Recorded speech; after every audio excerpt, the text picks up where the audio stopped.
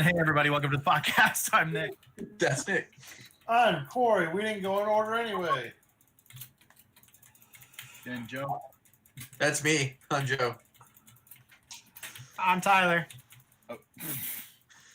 And last but not least, I'm TJ. I feel like CJ's the only one that's focused. Like, everyone else is doing something. Yeah. I was going to say, I'm actually jumping on Red Dead Redemption 2 with... This is going to be fun, guys. Let's all just, do a podcast where no one's paying attention. I'm holding line on beans. Drake still on. That just sounds Sorry, weird. just making sure. No, it doesn't. Don't lie. It had to do an update, so it's loading up for me now. I do want to see Lino, though, if you have Lino. I don't have my webcam. Aw, you bastard. All right. Where's Shannon? Shannon is in Florida. Shannon's yeah, in I Florida. remember that. Yeah. I forgot all about that. Visiting the family. What And why is Drake online, but he's not in here? Because he's about to get offline to go study. Oh, so I'm sorry. He can play video games until podcast time, but then when it's podcast time, oh, now I got to study. I'm trying to be over here. They're calling you out.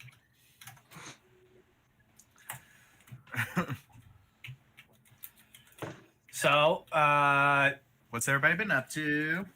So the end of Last of Us 4, or Last of Us 2, okay? So, the Last- very last Last of Us chapter. 4? Dude, I'm in the future, man. Valid point.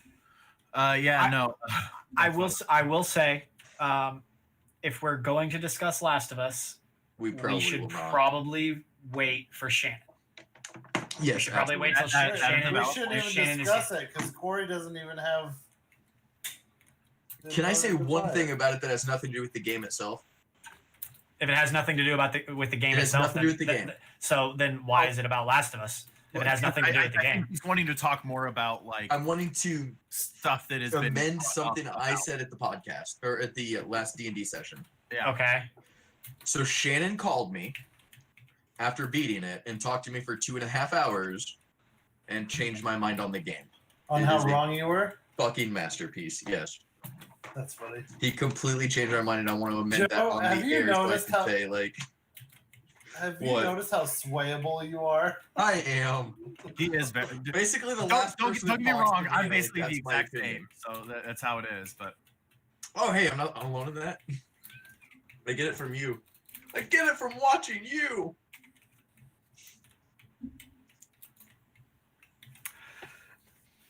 So it's Dad? everybody doing? I guess I'll lead off. Again, no surprise. Lots of World of Warcraft. What the fuck? Been leveling, playing a lot of that. Just getting ready for the next expansion. I'll have. Actually, let me see. Is the 8th is next Wednesday, right?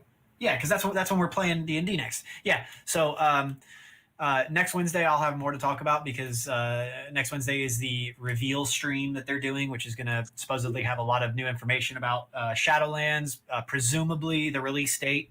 That's what everyone is speculating is that this. I This hope sh- to God they announced the collector's edition too. The physical. If they announce the release date, then yeah, they've never really announced the collector's edition. It's more so been like a, hey, pre-orders are live. Here's the collector's edition.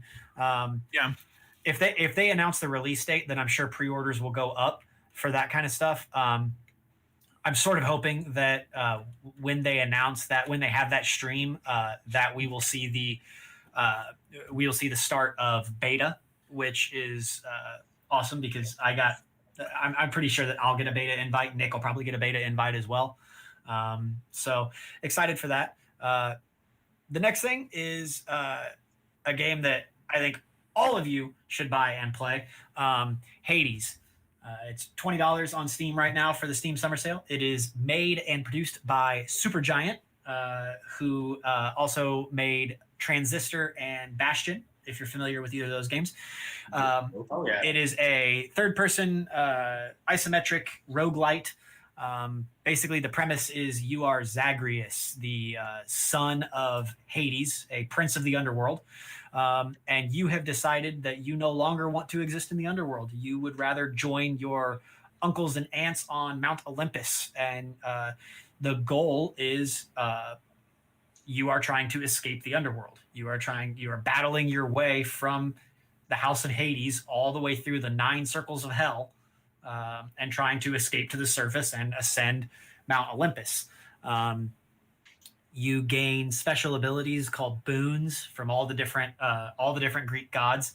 I mean, so far I've met Zeus, Artemis, Aphrodite, Ares, Neptune. I mean, you meet all of them. They give you special abilities. It alters how you play. There's new weapons to unlock, and the art style for it is just, it's fantastic. For $20, this game is a must buy, and they're not even at the full release yet. It's still considered early access. And this is by far, this game in early access is more polished than some games 2, 3, 4 years after launch. Diablo 3. Yeah, it's a lot. It's better than Diablo 3. I would say my only drawback with it is it's 100% single player only. There is no co-op. There is no multiplayer or anything like that. For roguelikes, though? Yes and no. I mean, Risk of Rain is a roguelite that plays plays better with friends. Binding of Isaac has multiplayer. It Yeah, sucks. but Local, it has it. right? Yeah, and it sucks. So, I mean, not saying it's something they couldn't add later on in the game, but for what it is right now, it's $20, and I've been having a hell of a lot of fun with it. The furthest chamber I've made it to is 37, so I've only made it through I've only made it 37 chambers. I've only made it to the last boss fight of the 3rd circle of the underworld. Oh my god! Haven't made it any farther just because it gets challenging as fuck. When you say chambers, do you mean like rooms essentially, or like? Yeah. Chambers. Okay. The rooms. Okay. I'm imagining floors, like 37 floors, and I was like, "Oh my No. god, you made it far!" No, I've only made it 3 floors, Okay. 37 chambers total. Gotcha. So, I highly recommend it. Give it a look, give it a try. But yeah, those are the things that I've been. But other than that, yeah, that's what I've been playing. So, somebody else go. I've weirdly got back into Destiny. I've been playing a crap ton of Destiny 2. Playing on what? Well, I've been Destiny doing- 2. Not like So- what system? PlayStation, I'm assuming. Xbox. Oh, okay. Hell yeah, Team Xbox. I just have to say real quick, just to point this out, but how shitty of a monitor I have. Tyler, in the amount of time you were talking, because you were on the screen, it burned into my monitor. So now when anyone else is on screen, I still just see Tyler and his computer. Nice. Wow, you need to get a new monitor. This is a 12-year-old TV that I bought. It was the first thing I bought at my first job. Jesus. Corey, what you been playing? Nothing. I've been working, so sadly enough, nothing. No, that's not true. Shadow Fight 3 on my phone because I can play it when I'm not working. Nice. Nice. Sadly enough, I know. Yeah, guys. it's like a mobile fighter game. It's actually pretty decent. What's Would it play like? recommend. Is it like a MOBA or? No, like fighter, like No, Mortal like a Kombat. fighter game, like Mortal Kombat. I didn't with, get you say fighter. you my bad. know, like, yeah. But like every weapon has its own unique fighting style, including just fists. If you just use your fists, and there's like the Corey's good with Western. his fists. There's like Western fighting styles where it's basically just like you're punching like a brawler. Then there's like Eastern fighting styles like martial arts and shit. It's very cool.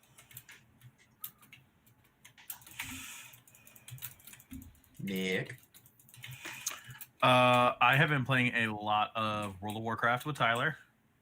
Finally got my first 120, and I've got a 118 that's really close to 120. It would have been 120 last night if I didn't fall asleep, and then when I finally woke up, I saw Tyler was on Hades, and I was just like, rolled over and went back to sleep. So You still say, hey, go ahead and enjoy that when they roll you back to level 50. yes, 60.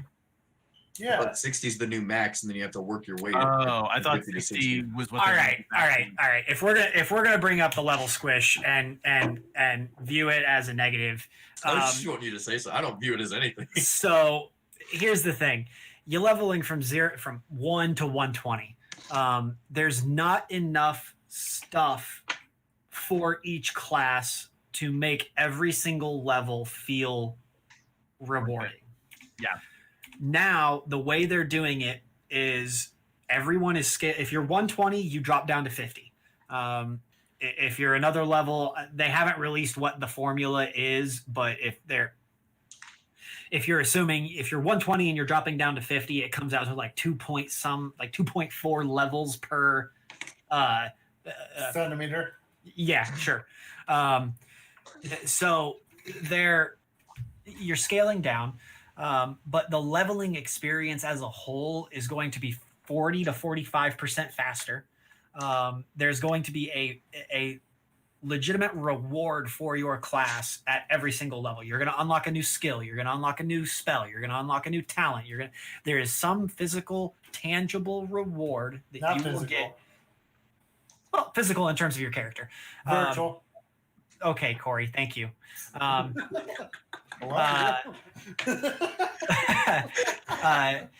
going to be a reward for each level. And the leveling experience as a whole is going to be you do from 1 to 10, you do your starting area. You can either pick the new starting area they're putting in or the old school, like original racial starting areas. Okay. And then from 10 to 50, those 40 levels, you pick an expansion. So for me, I love the story of Wrath of the Lich King. It's by far my favorite expansion. When I hit level 10, I can say, okay, I want to do the story of Wrath of the Lich King, and it will drop me in there. And they have tuned it to the point of, in the time it takes you to complete the story for that expansion, you will be level 50, and then they will drop you into the new Shadowlands content. You can do the same thing. If you're a fan of Burning Crusade, you can go back and play Burning Crusade content. Ooh. If you are a fan of the classic original, I mean, even though it's not vanilla anymore after Cataclysm, if you're a fan of the old school zones, you can say, I want to play the Alliance story on Eastern Kingdoms, and it will play you through that entire story. Or you can play the Alliance story on Kalimdor, whatever expansion is your favorite, you can pick that. It's a continuous linear story that you can play all the way through, and then you get dumped into the current content. It's no more of this, okay, shit, I'm level 14. I need to go to Westfall. Okay, I do, 30 minutes of quests. Oh shit, I've now out-leveled Westfall. I have to drop this story where it's at, and now I have to go to Darkshore. Okay, I'm gonna play for 5 levels here. Shit, I'm only halfway through the story. Now I have to go through to another zone just so that I'm So, getting good If I hated experience. may, that if I since, may like, back ask in the a day. question, then Yes. won't that mean that it's going to make leveling slower? No, because when they are, they have tuned experience amounts. So they've taken, if there's 100 quests in Wrath of the Lich King, which obviously there's not, there's a lot more than that. If there's 100 quests, they have tuned each quest to give you enough experience to, when you complete the story, you're level 50. And every expansion is going to be like that. So they've tuned it to where when you play through the story, you are level 50 at the end. Because of that, Wrath of the Lich King used to only give you 10 levels. And then you were out, you had out leveled it, and it was no longer worth it to stay there and do the questing for the story. Now at level 10, you go there, you start it, you will be level 50 at the end of it, and you're good to go. Oh shit, Wayne has joined. How's it going? Hello, Wayne. Real Hi. quick, I need to insult this Hey. game so much. Okay, go ahead. No, 2 I things. got thick skin, bitch. 125 plus days of playtime. I'm good. I just love the fact that you were saying, "Oh, hey, they're gonna speed up leveling by half." So about 45%, you said. Yeah. They just cut out half the levels. So I mean, I guess. Logic would dictate that is correct. But then, no, my other question is, and this isn't necessarily making fun of it. I actually do like what they're doing with this, and I completely support it because I always hated the fact of, like you said, oh, hey, I'm in this area. I'm trying to do the story. Oh, okay, well, now I'm over leveled, so now I can't even play the story in this part. You have to drop the story where it's at and move somewhere Correct. else. But, so my question is, so what number expansion is this? This is gonna Shadow be King. this is the Shadowlands eighth. or This is the 8th expansion. Okay, so if you include the base game as its own entity, that'd be 9 story elements, right? Yes, because when Shadowlands comes out, they're changing to version 9.0. Okay, so my question is, if I go through and I do this, I create a new character and I do, Wrath of the Lich Kings. Okay, Yep. so Wrath of the Lich King was There we go. 3, 2, Yeah, version 3.0. 3.0. Okay, so is it gonna feel like, okay, I just beat,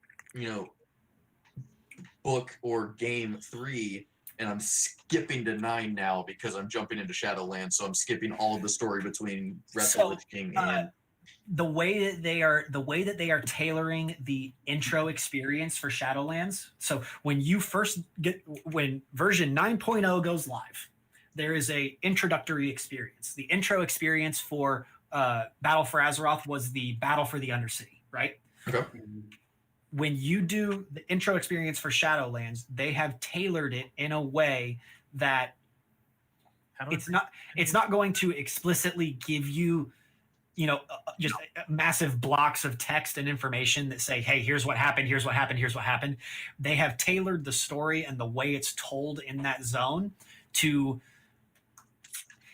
Kind of fill yes, it the in. events are influenced by what's going on in Battle for Azeroth, but they are explaining it in a way that it makes sense no matter what expansion you're coming from. The way the leveling is going to work is, so Joe, you're a new character. You did not play Battle for Azeroth.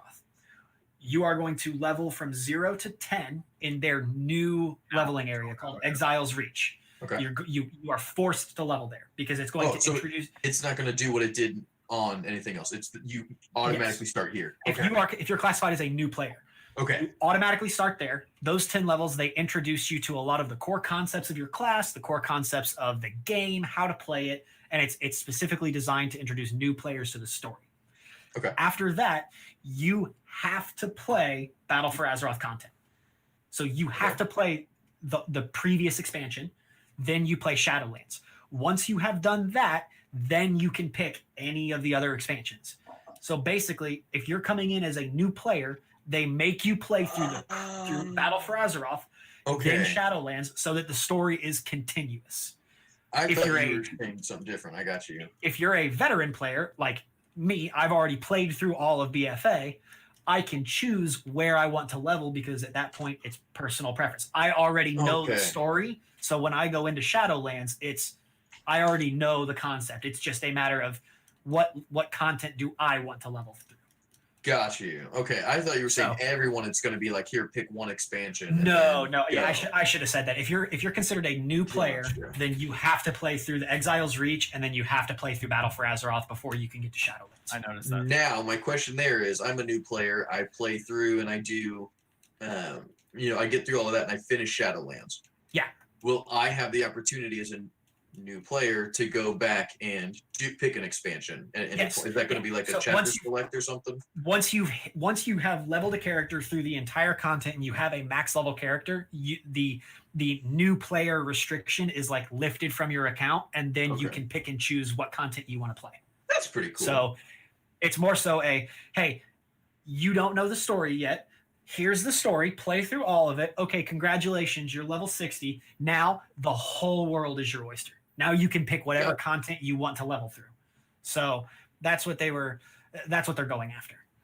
That'll be cool then. Okay. So I think the game needed a level squish. Sitting there and Oh, it did. starting a new character at 1 and leveling all the way to 120 is just it's It is a a fucking major turnoff for a lot of people. Honestly, that's what's got me to where I'm not wanting to level up a character right now, because I 'cause like you said, how you wanted to make a horde character on a new server. I was like, oh, let's do this, but like, I don't want to sit here and grind from 1 to 120. Yeah. I will say when I pre-order the new expansion, you get the level boost, so I'll use that Exactly. probably for that. But Yeah, it's exhausting. it is exhausting. It's not pleasant. And then there's times where you level up and there's no reward. It's just, oh hey, congratulations, that little number by your name just went up by 1, and that's it. I So hate to say, but that's how I felt about the game, and that's why I really just didn't give a shit. I hate to say. By the Yeah. time I came into, and it was my fault, but by the time I came into the game and actually started trying to actively play it, I felt like I was so far behind that there's no point to even bother trying. yeah, Which I like that they're finally going through. Not finally, I think they've done things in the past to try and help, but this is the best way that they've ever come through to try and, get new players to come in and say, okay, here, we're going to help you, experience this game, as opposed to it just Yeah. being, hey, like, yeah, just this isn't for you. yeah. It's the game has a lot of bloat at the moment. There's a lot of content that's not necessary, and I honestly think that it would be a going forward, especially if whatever is going to come after Shadowlands, whatever version 10.0 is going to be. I honestly think that Blizzard needs to give a look at the Bungie approach. Yeah. I think that there needs to be just like Destiny is doing the Destiny content vault. Which is funny because now they're not Activision. Exactly. I think that Blizzard should honestly look at a system similar to that, where they should say, hey, we're putting everything before Cataclysm into the content vault. Okay. If you want to play that content, it's there. You can go do it. It's fine. But in terms of the game world that we want to continue to tell a story in, this is what here's retail, here's the content vault. And I think, I honestly think they should take a page from Bungie's book in that regard. Actually, Drake, can you hold on for a second? I'm gonna swap up my controller. On that note, Wayne, I'm what gonna about run and you? grab What another you been beer. playing? I will be right Give back. me one, would you? Sure. Give me one, would you? Actually, that sounds good. He said he's getting beer, right? Oh my god, we just lost everyone. Everyone's going to find No, beer. it just beer sounds really good. I gotta go upstairs and get my actual controller anyway, so I'll be right back for a second. Wayne, what you been playing? Work. Playing a lot of work. Hey! Yeah. Corey's been playing that. Have you guys been playing together, or I think you separate. guys been doing your own solo thing? Yeah. Yeah. Grinding on my own, you know how it is. Yeah. No shit, man. See, but your work seems much cooler than anyone else's. Well, for example, I I'm sure I it's did not as get great. I did get to hang out with a 6-month-old Bernese Mountain Dog today, so that was cool. Nice. I'm so jelly. I got to deal with a bunch of bitches and then left work early because I had to deal with bitches. Damn. Well, it's, Bitches on blast. No, I had 2 guys come into the store today. Aw. So cute. Yep. They were trying to pass off counterfeit money. So Oh, I had to wow. deal with that. that's the federal law for sure. Yeah. And I was like, great, I don't have to deal with this.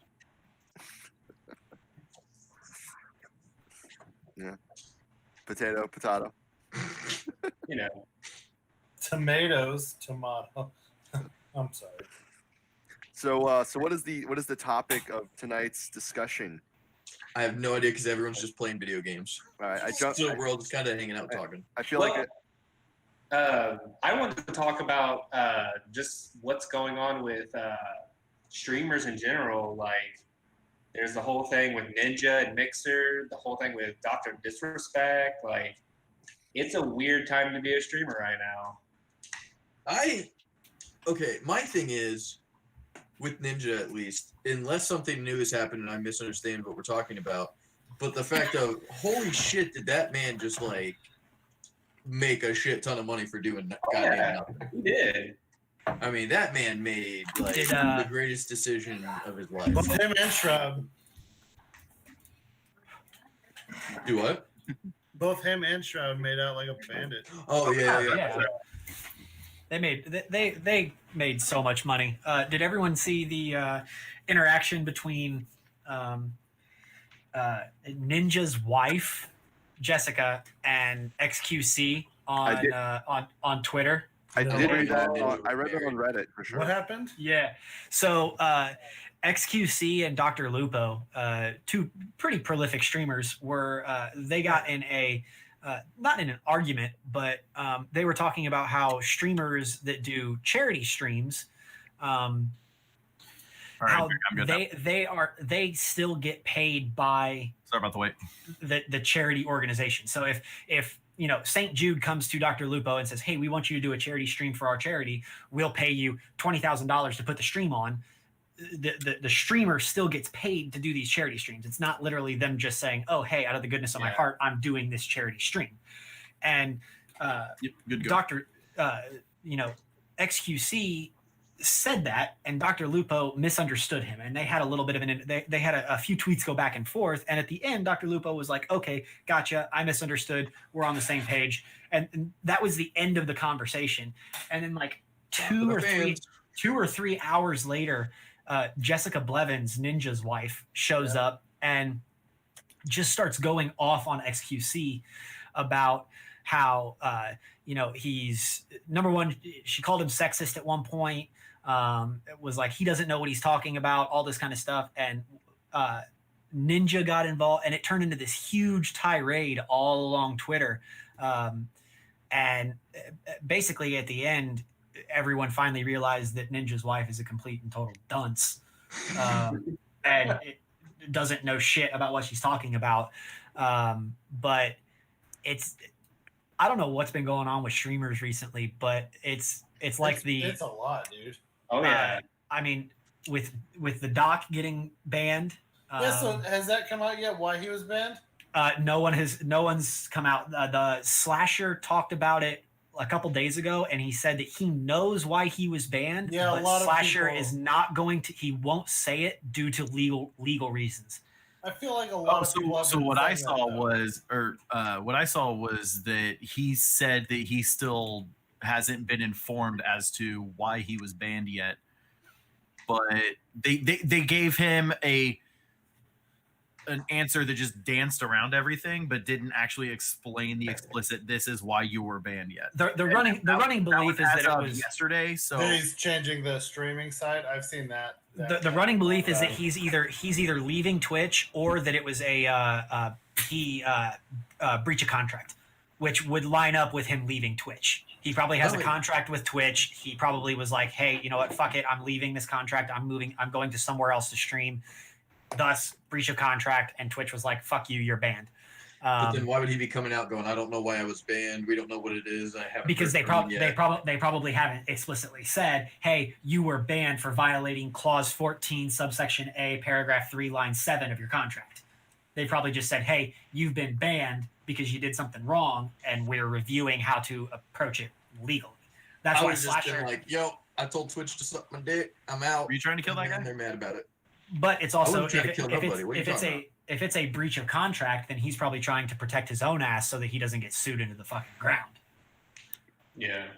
Sounds like you should have read your contract before you And then in the past, started a if- war on Twitter. has anyone heard about what happened with Method? Nope. Meth. Kind of. So, Method, one of the largest esports gaming organizations in the world, the largest for World of Warcraft, and the team, Method has the previous 8 world firsts for rating in World of Warcraft, and they're one of the best arena teams. They have esports teams in just about every major game, all this kind of stuff. It came out that their upper leadership, like their CEOs and management, were protecting a couple people in the organization that were harassers, rapists, things of the such, and they'd known about it for a while. And so in the span of 2 days, Method lost all of their sponsorships, all of their major leadership left, and the majority of their actual players jumped ship, and basically the organization as a whole just imploded. Jeez. Oh shit. I did not hear any of that. And it was a lot of that has started or happened because of the recent trend on Twitter, or not Twitter, on Twitch, where streamers are coming out and talking about their abusers and their harassers and people in the industry that are not very nice people. And because of that, method is basically no longer a thing. Wow. I did So- not know. Yeah, the entire method organization imploded. And then you have the guys leaving Mixer and coming back to Twitch and just making. I mean, yeah, like you said, Ninja and Shroud, they both had like $20 million contracts to be on Mixer, and Yeah. Mixer within less than a year imploded. And so they made out like bandits, and then they can just come back to Twitch and have their their fan base, their viewer base, and like nothing changes except they made $20 million. Yeah, no shit. Yeah. Because let's face it, no matter what streaming service they go to, if everybody was willing to migrate from Twitch over to Mixer, Well, they had Do that. severely dropped numbers over on Mixer. they did have bad. severely dropped numbers. But I mean, if they were to go back to Twitch, I mean, not to say that Twitch would allow them to come back or anything like that, or at least to the degree that they were originally. Yeah. But I mean, even coming back at the same, like everything that fucking that Ninja had before going to Mixer. I mean, like it's he had nowhere near the numbers on Mixer that he did on Twitch, but Yeah. even going back, even if he were to get Mixer's numbers, that's still a shit ton of people with a ridiculous amount of ad revenue. True. If I was him, I would have just taken my $20 million or $30 million and been like, fuck it, I'm gonna go do whatever Nah, the man, fuck I you wanna don't do. got the ambition then. I'd be like, Yeah, I mean, I'd at least with $30 million, I'd at least pick a better game than Fortnite. but at the end of the day, though, Fortnite is what's making him the money, because Yeah. what game? Number one, it's free to play. Number two, and it's built around a younger audience, Oh yeah. and it's those kids that If he they wants to do be the nothing Justin but Bieber of video games, then go ahead. they do nothing but sit there and watch him play, and he makes fucking money off ad revenue. That's all he they're not there for the subs, they're not there for any shit like that. They're there for the ad revenue. And when Ninja can log in and have 75,000 viewers and he just sits there and plays Fortnite for a couple hours, yeah, the game sucks, don't get me wrong, but in that 4-hour stream he made a couple thousand just based off of ad revenue, because Yeah, imagine do that in 4 hours. yeah. I make that much money. I just don't brag about it. I mean, I was watching. Who are you I was watching. blowing? That's none of your business.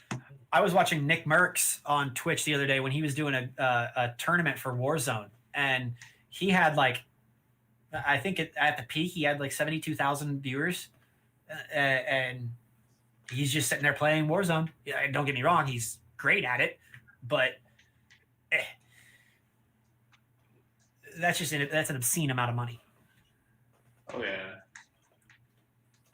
And what's interesting is Fortnite and all these games. Well, Fortnite and just Ninja and all. It's weird because me and my buddy were talking about this. How many like weird jobs have come from this? Like, Yeah. people who, like teach kids how to play Fortnite are making money for essentially tutoring kids how to play a video game, Yep. which is just weird if you think about it. Considering I was told my entire like childhood growing up that video games were going to rot my brain and I would never go anywhere if I continued to play them. Yeah, cool. Oh, yeah. And now There'll never be a career in playing video games. there's people that are fucking basically overnight millionaires because they just have these massive audiences on Twitch and they sit there and do nothing but play video games.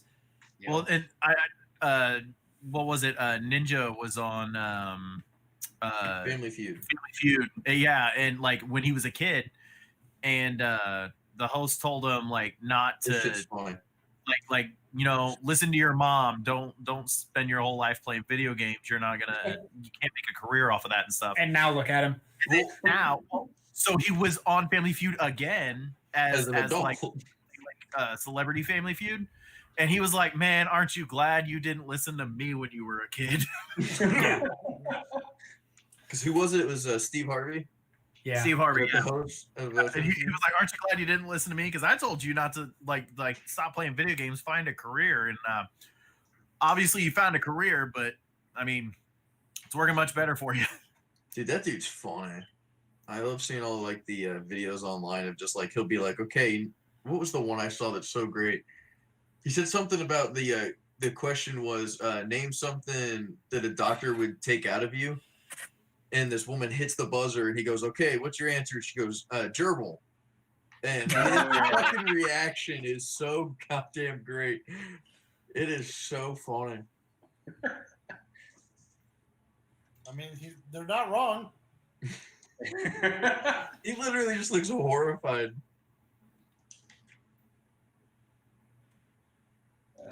Good. I'm trying to think of other stuff that I can talk. I'll talk about. Everything I've played was just Last of Us, so I'm like I'm trying to tiptoe around it. What about the? I know Nick hasn't watched it yet, but did anyone else watch the Night City Wire episode 1 for Cyberpunk? I did not. But I So, watched yeah. all the. I watched all Watching it, the. And Stuff got on distracted it. because we were playing World of Warcraft. Yes. I need to go back and finish watching it, but damn. It's number one. They released Yeah. a new trailer. Yeah, The new the trailer trailer's is awesome. fantastic. And then they did a deep dive, or I mean, sort of a deep dive into one of the systems in the game called Brain Dance, and I don't know, guys. We might not be having a lot of like D&D and podcasting when that game comes out because Somebody it's might be looking spending all their time deep diving in. See, it's my gonna be rough. my takeaway from that game is there's like 5 different types of dick I can choose. That was my takeaway from that stream. And you can put them on anybody. Very progressive game. Yes, It looks fantastic, dude. I want to say it does. It does. It looks like such a good Oh, game. I And had you know, thought all about the, that game actually. all the people freaking out about it getting delayed again. I have Again, thought on that. I'll just continue to go back to the Miyamoto quote: a delayed game is eventually good. A rushed game is forever bad. Well, no, I completely agree.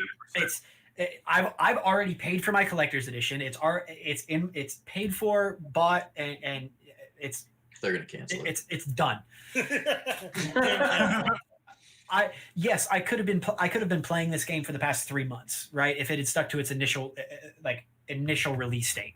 But at the end of the day, I'm not upset. If they feel that they need more time to polish this game and make it be as good as they want it to be, take the time and make it a good game.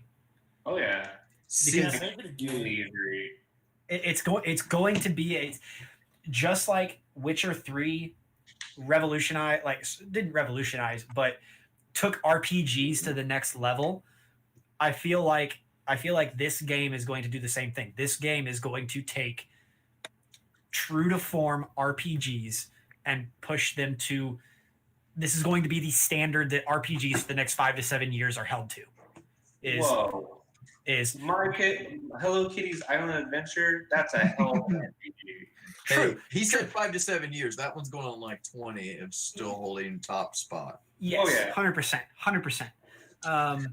But I still think that this is going to be one of those that, 5 years down the line, an RPG is going to release and people are going to be like, this is the game that kills Cyberpunk, or, from the Oh, yeah. producers of, or from the guy that created Cyberpunk. It's going to be that. Well, and it's really just a testament to CD Projekt Red, because if you look at their Exactly. history, every game that they've released, okay, maybe not as hold much on. Witcher 1, but with Witcher 2, Witcher 3, and When now Witcher 2 Cyberpunk. came out, we couldn't move that goddamn game. Witcher 2? Yeah, when Witcher 2 came out, we could not move it. I hate to say, it's a fantastic game. So it is. Witcher It 2 had a for- very niche market versus It did. Witcher 3, where This is true. That was everyone also- was buying it. And that don't get me wrong, was- I'm not talking about the quality of the game. It was a fantastic game, but Yeah. I don't feel like Witcher 2 can be even put on the same level as Witcher 3. But I think Witcher 2 is what got people started talking about CD Projekt Red. And then Exactly. when Witcher 3 came out, it's I kind of can't- it's I've not met don't anyone else in like this group that's played but Witcher it's 2. kind of like Witcher 2 was like the Morrowind. Not a lot of people played Morrowind, but Oblivion is what really put Elder Scrolls out. Exactly. Real like- quick, cut to Oh, Tyler. yeah. And I've got a point I want to make about Cyberpunk though. But Tyler, what were you gonna say real quick? No, you said you don't think anyone in this group had played Witcher 2, and I was like, No, I said outside of this group, I've not met Gotcha, somebody okay. that played The Witcher 2. yeah, I think it sort of goes to like, oh, I have it, but I never played it. it's the before Witcher 3 though. Before Witcher 3, CDPR was not very well known. They didn't That have is any. They didn't have any other 100% games to true. their name. They come out with Witcher 1, and Witcher 1's got a great story, shitty combat mechanics. That's what I heard. Okay, Witcher 2, Yeah. great story, decent combat mechanics. It's a better game. Then they come out with Witcher 3, and they're like, okay, hey guys, we learned our mistakes. We learned from our mistakes. We made changes. What do you think? And they released Witcher 3, and even then, Witcher 3 was delayed as well. It was a amazing game, and it changed Oh, yeah. how people look at RPGs, especially on consoles. And now CDPR is just known as this powerhouse of RPG games. And if they put something out that's an RPG, you know it's going to be quality, and you know it's going to be good. Yeah. Can you hear me, Drake? My question on that, and it does not bother me one way or the other. I don't care. I agree with you guys. Release the game when it's ready, and I just, as long as it's a good game, I don't care when I get my hands on it. As long as it's good. However, I find it ironic that the week before they pushed the game back, documents leaked stating that on November 19th is the rumored date for the release date of the Xbox Series X and the PS5. And then coincidentally, they were like, oh, our game's coming out November 19th now. And it makes me wonder. And if this is the case, again, I'm totally fine with it. It makes sense to me. But it makes me wonder if they were like, we're going to wait rather than release on old gen software on console side, and then 2 months later release it on next gen. And they were like, I feel like that's just going to be too much for people. Why not just release everywhere So same day? they Be ready have- for that. I know you haven't watched the Night City episode yet. I have not yet. They have come out many times, and they've already said, if you buy the game when it comes out and you play it on Xbox One or PlayStation 4, when they release the optimized version for next gen, it's 100% free. You automatically get a copy. Yeah. You automatically have the upgrade to the next generation console. So I can understand where the theory, the line of thought comes from. Oh, well, they're pushing it back until the release date because they want it to be a launch title. I think it's more of a number one, they don't have the level of polish that they want, and the longer that they wait, they probably get more time hands on with the dev kits for the new consoles. So some of it probably has to do with them wanting to be tweaked and ready for the next gen launch. But I think at the end of the day, it's still a matter of it doesn't have the level of polish they want. And the pandemic caused them to be behind on their bug testing and behind on their final QC release. But my thing is, you can't tell me, at least is in the back of their minds, that if we release on Xbox One and PS4, and then 3 months down the road we release on Xbox Series X and PS5, what is the percentage of drop off where people are going to say, okay, I played that on on PS4, it was great, I liked it, but look at these other 20 games on PS5, I'm just going to skip Cyberpunk for now. Yeah, I own it for free, but I'm just going to go and play all these other games, and they're afraid it's going to get buried. I'm not saying it's going to happen, but I'm saying as a game developer, it's got to be on their mind that could I'm not sure. potentially happen. I'm not sure about that because Cyberpunk is not designed to be a game as a service. It's What are you talking about? it's not a game that requires. It's not a game that's going to have microtransactions. It's not a game that they're banking their profit lines off of. It's more so they're just trying to, once you sell the $60 copy of the game, that's it. I don't think it's as much of a, hey, we're worried about drop off on the the next generation optimized copies because people have already played it. I think it's more of a, we need to push the game so that we know it's ready and so that we get more hands-on time with the dev kits. I mean, like I said, and I get that. I don't know. I feel like, oh, hey, we've put 7 years into this game. I don't want it to just be buried after 2 months by other games. And again, True. I don't think that's going to happen, but I do feel like that would have to be a concern in their eyes of, we put 7 years of time into this. I don't want this to be a game that everyone rushes out, beats it in the first month, and then we literally hear nothing about it. Which, again, as gamers, we understand that's not what's going to happen at all. But you can't tell me Suits aren't worried about that. Yeah. Well, Especially the writers and everybody that are, so heavily, have worked so hard on this game. And Keanu Reeves, I mean, come on. Yeah, I can't wait for Cyberpunk Keanu. Dude. God. Fucking, when Can't he wait. shows up in the trailer, I was just like, oh, I want this I'm fucking just- game. On top of the game itself, I'm excited for the soundtrack. I'm excited Yeah. for the You good? I was going to say, something just happened. I hadn't touched my computer in a little while, so it shut all my monitors off.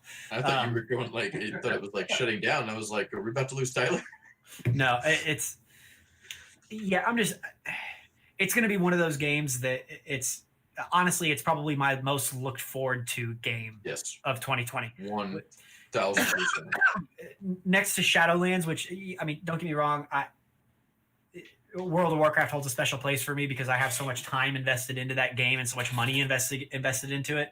That yes, I'm excited for it, but there's something about Cyberpunk that it looks like it's going to hit all the boxes. It's going to, hit the marks that I want from a single player RPG game. And they've even said something about multiplayer. So if it turns into like a GTA Online or a Red Dead Online style multiplayer where I can go into Night City with my friends, like, fuck yeah.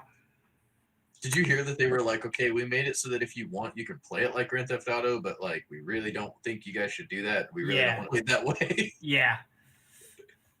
Yeah, I mean the when they showed the driving in the Night City Wire episode, it actually it reminded me of like GTA driving. Yeah. So I don't know. It's gonna be it's too far away that like It's not though. I'm excited That's about it, 4 but months like away. I'm excited about it, but it's not in the like holy shit it's next week phase. Gotcha. That I wish it was. But yeah, once that game comes out, there might be a severe drop off in my attendance at these podcasts. All right, the podcast is fine. Just don't take away my D&D. They might just be shorter sessions. That's fine. Because that's all he has time for. Can I just say I'm okay with that? I love more frequent, shorter sessions. I can pay attention longer.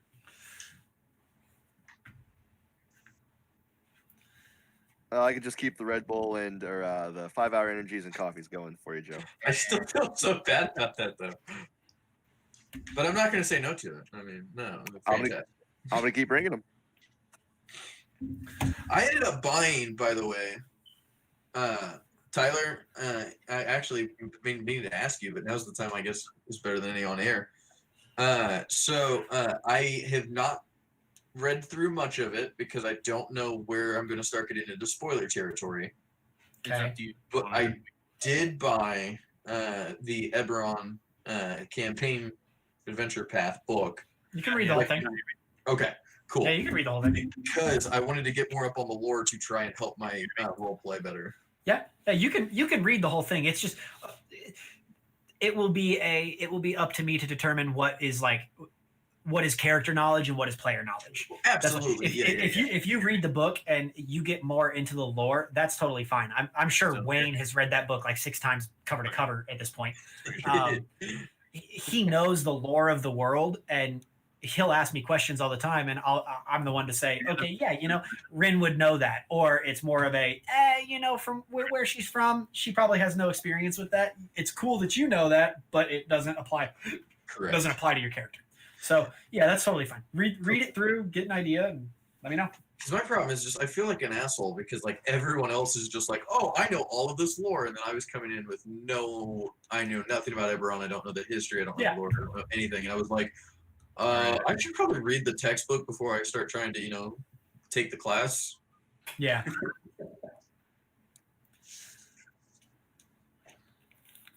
Joe, do you still know where like Zareth is from? Like really just kind of know like the region, kind of what your character would know about parts of Coriath. Yeah, that is why I bought the book, so I can go through all of that. So that's the problem is I don't know at this point. I hate to say this because again, it makes me sound really lazy and shitty as a TV player. But when we did our first campaign with Corey, and I was what is Sindar? When I'm playing Sindar, I literally walked in with the idea of, okay, I am a drow rogue named Sindar. Let's play D&D.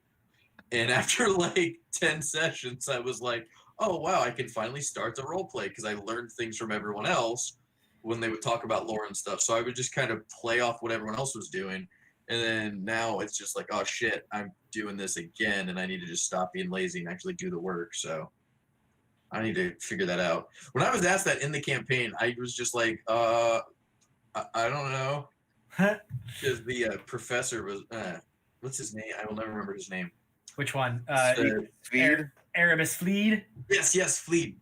Just was like, where are you from? And I literally was just like, I don't know. We don't need to talk about that. But long story short, the whole point of what I'm saying is I guess I just need to get better at RP. I want to get better at RP, so. I feel like Nick is just not a part of this podcast. I'm listening. I'm paying attention. You're I'm also listening. We're just in the background. Corey, you've at least contributed. You're not talking to somebody else about a game. I've been you know how I feel about Cyberpunk. I cannot fucking wait for the game. And yes, now you guys are talking about D&D, but yeah. Actually, speaking of which, I will say, what was I gonna say? Tyler. So, random question: did you?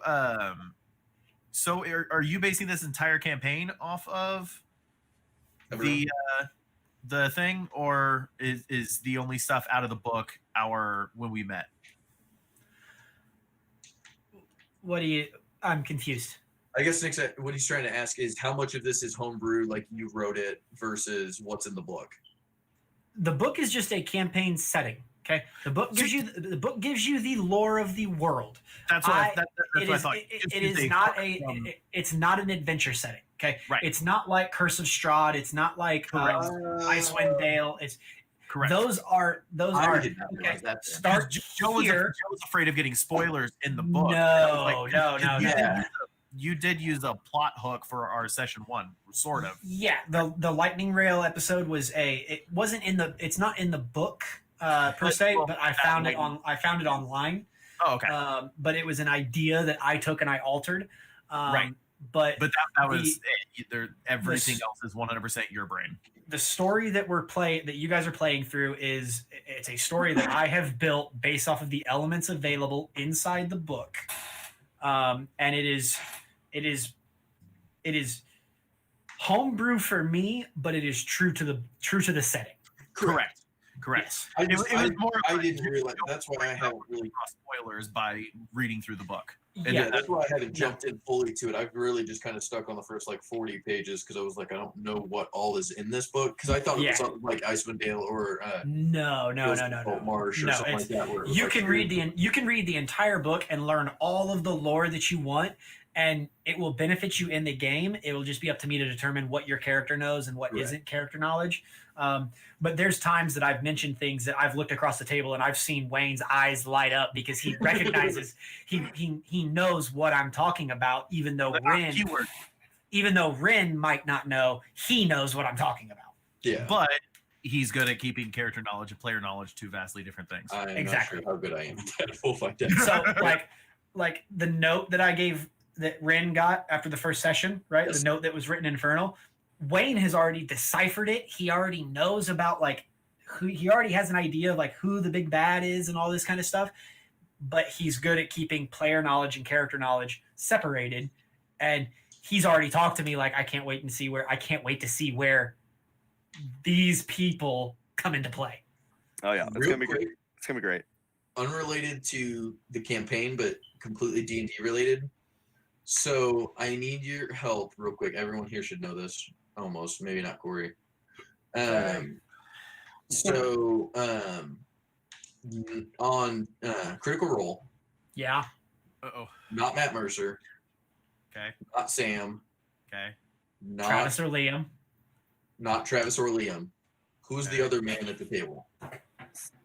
There's not. Wait. Taliesin Jaffe. Oh, Taliesin Jaffe. Yeah. Yeah. Sorry. Okay, does he play one of the people that worked at the carnival? Yes. Okay, so I'm almost done with episode 3. I'm not very far. I know it's taking me forever to get through it, but there's a point where an imp goes to attack him. Is it an imp? Is that what they're called? I think so. It's been a long time since I In the listened to those game, episodes. Yeah. They're He an might have infernal gotten attacked demon. by it. Is that what I'm saying? Is that the right? Is there such thing as an imp? Yeah, that's an imp. Okay, so it goes to attack him, and he literally turns and just starts speaking infernal to it, and is just like, all that is here for you is death. And then it like gets scared, like starts to like back off. I was like, what the fuck? Well, so Taliesin plays Mollymock, who is a tiefling. Yes. Tieflings naturally know infernal. It's just one of their racial abilities is they naturally know infernal. I So knew that. he used his character to try to Okay. intimidate this creature and tell him there is nothing here for you but death, Yeah. and it turned combat around. I was just saying it was really fucking cool. Just the Yeah. whole like groups like going and they're playing and they're like, oh, because there were 3 imps and then the giant frog guy. Yeah, And I was they're all confused. Just, like, fighting and they're like, oh god, what are we doing? And then he just like straight up is just like, yo. I was confused when you said other guy because I was like, there's no other guys because Taliesin doesn't really classify as man, woman, human. Yeah. Sure. Current belief is that Taliesin is somewhere over like 250 years old, and that Taliesin, not Mollymock. Taliesin. the only way that he is still around is because he continues to offer sacrifices to the old gods. So Whatever you gotta do. As you do. he's Taliesin is a special kind. Taliesin Jaffe's amazing. And back to that thing that you said that Mollymock uses. I think that's actually called Hellish Rebuke, where you Yeah, he said that. He did yeah. use Hellish Yeah. Rebuke. Yeah, you're right. So where you point and you say something in infernal, and it causes infernal flames to damage that creature that just attacked you. Yeah. Really Yeah. cool Now, stuff. the other thing is because if I remember correctly, he has to. I could be so wrong, but I think the creature now has to make some kind of save, and every time until it passes that save, it has disadvantage on all attacks or something like that. I think there's a save, but I don't think it imposes a condition like that. I was gonna say I There was something someone thought it- did, and again, it may have been something else that was also done at the same time. But they did something where, because even Matt was like, "Shit," because now it has to keep making saves. I had to say, guys, I'm gonna head to bed. You bitch. You guys keep doing your thing. I apparently I'm really tired. I will talk to all of you guys tomorrow. I love See your ya, cat buddy. picture, Corey. Thank you. That's Gizmo. Yeah, Love you. Bye. Later.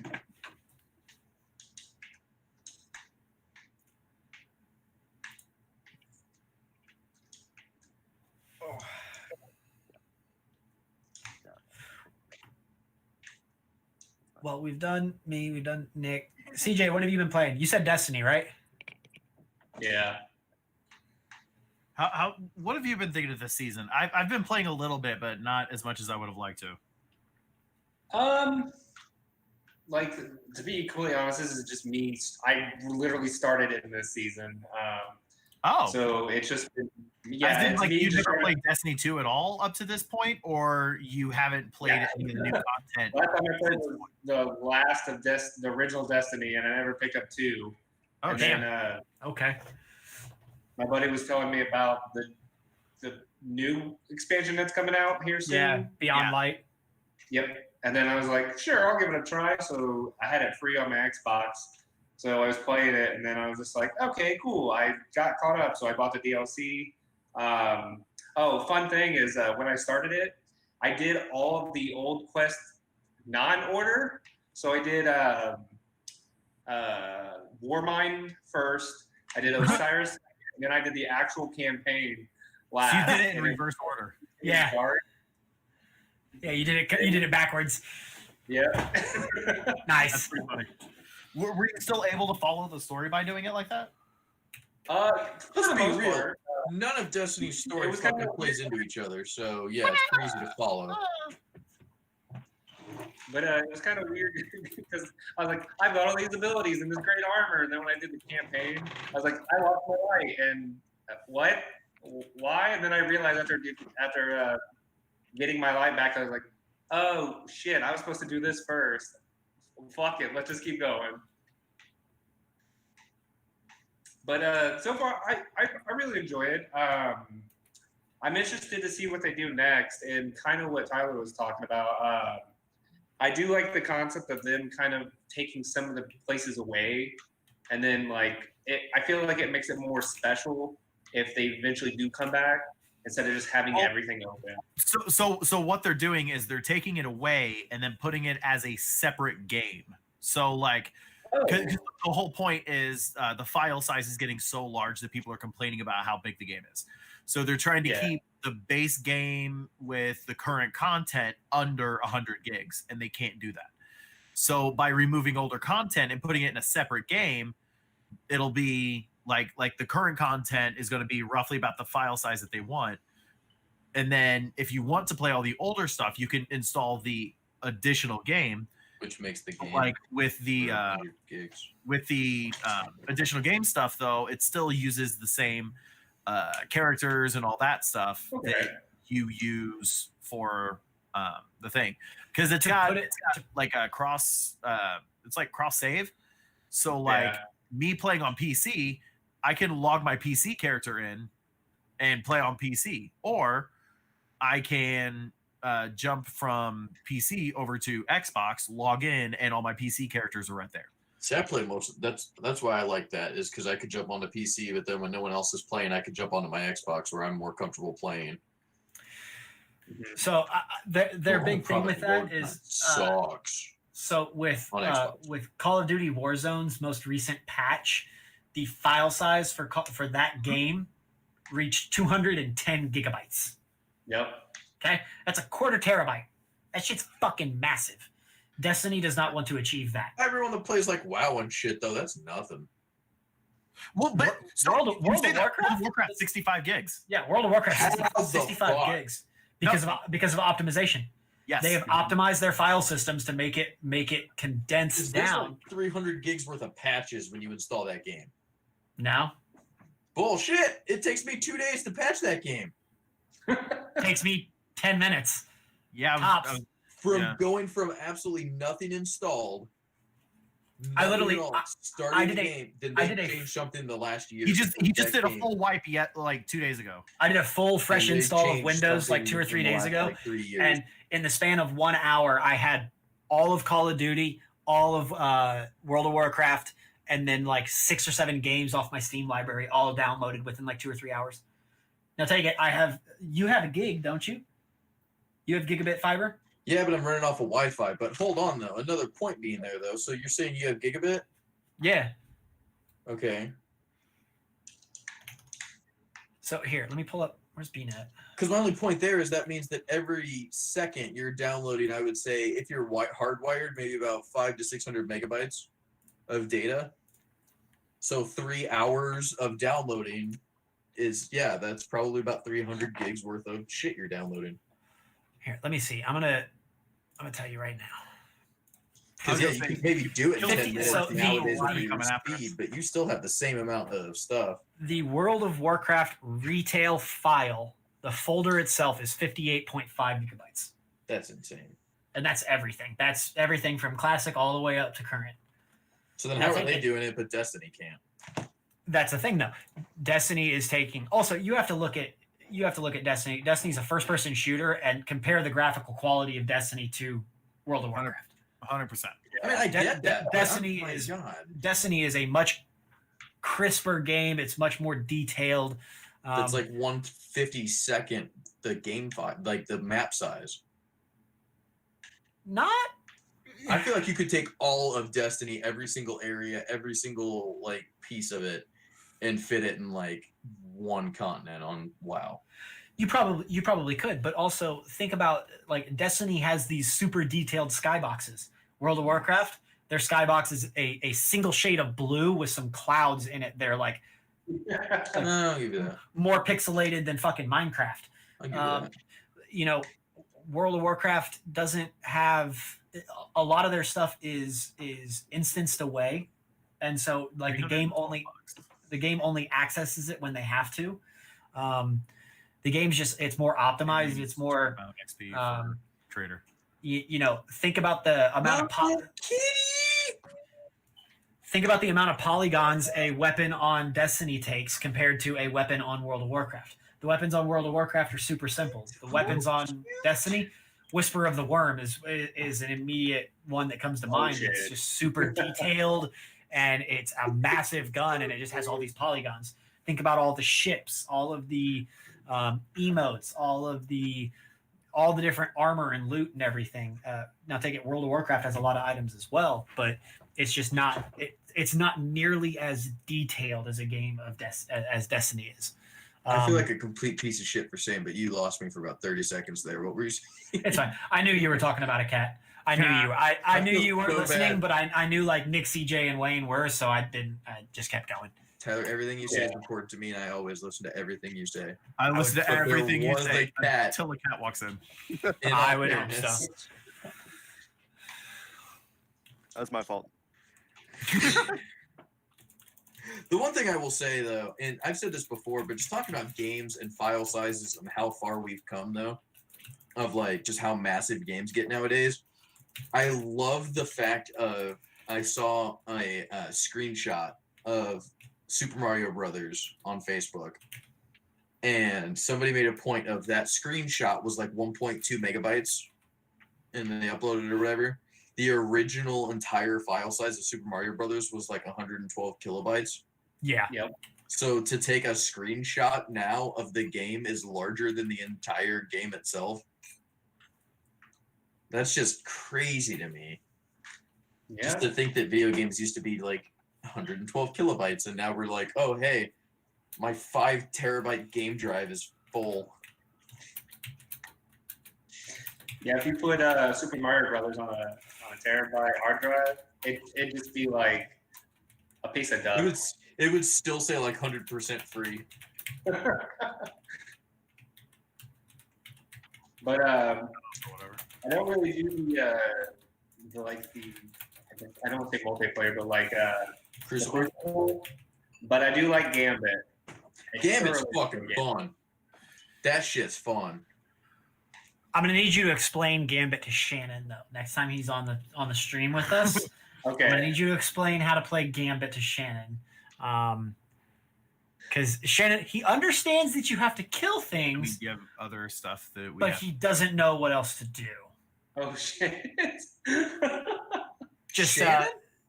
it's I a mean, if you switch over to mine, I haven't logged into this game. next in a time while, so next I've got time a you lot see of- Shannon, just ask him stuff how to play Gambit, and he'll just start cracking up. Okay. We I we will. try. Me and Nick introduced Shannon to Gambit one night when Shannon was like two Mistake- sheets to the wind. Oh Mistake yeah. number one, he had 3/4 of a bottle of vodka and a case and a half of beer. I said a case and a half, and I do mean a case and a half. He was I like how plastered. nobody just like goes over to Shannon's house. Hold to make on, sure hold he's on. still alive. Slightly somewhat in his defense, this is over the course of a day. This is not over the course of like Oh. a few hours. It was over the This is- whole day. This is throughout the day. He had a Oh. case and a half of beer. That's and 3/4 normal of a then. That's a normal human amount. I'm not saying Great. it's normal. I'm just saying don't think that he gave himself alcohol poisoning and had to go to the hospital. No, but my point But he is like came that pretty damn poor close. kid is just gonna like die one day, and everyone's gonna be like, "What happened to him?"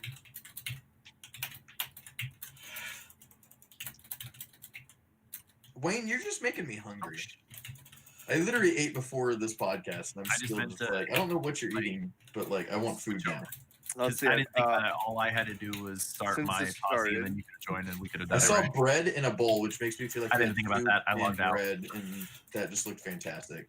I had a chicken gyro, some rice, some fresh fruits, and now I'm eating a bowl of ice cream with a cookie. Oh, okay, there you go. Nice. You had to balance out the somewhat healthy stuff that you had. Exactly. Cool. I want to Speaking know. of which, went to the liquor store, and it was me, Adrian, and Zach, which is also why the podcast is starting a little bit later. And one of the places we Don't you stopped work at, tonight? Oh, it's Wednesday. it's Wednesday. Nothing. I left work halfway through the day, so I thought it was Thursday because I'm thinking I was off today. But no, anyway, so it was one of those where we went to a liquor store, and then after that we went to like a world store. And when we went to the world store, Zach spent like probably $20-$30 on like I gotta go get my cat. terrible junk food. Baymax, wake the fuck up.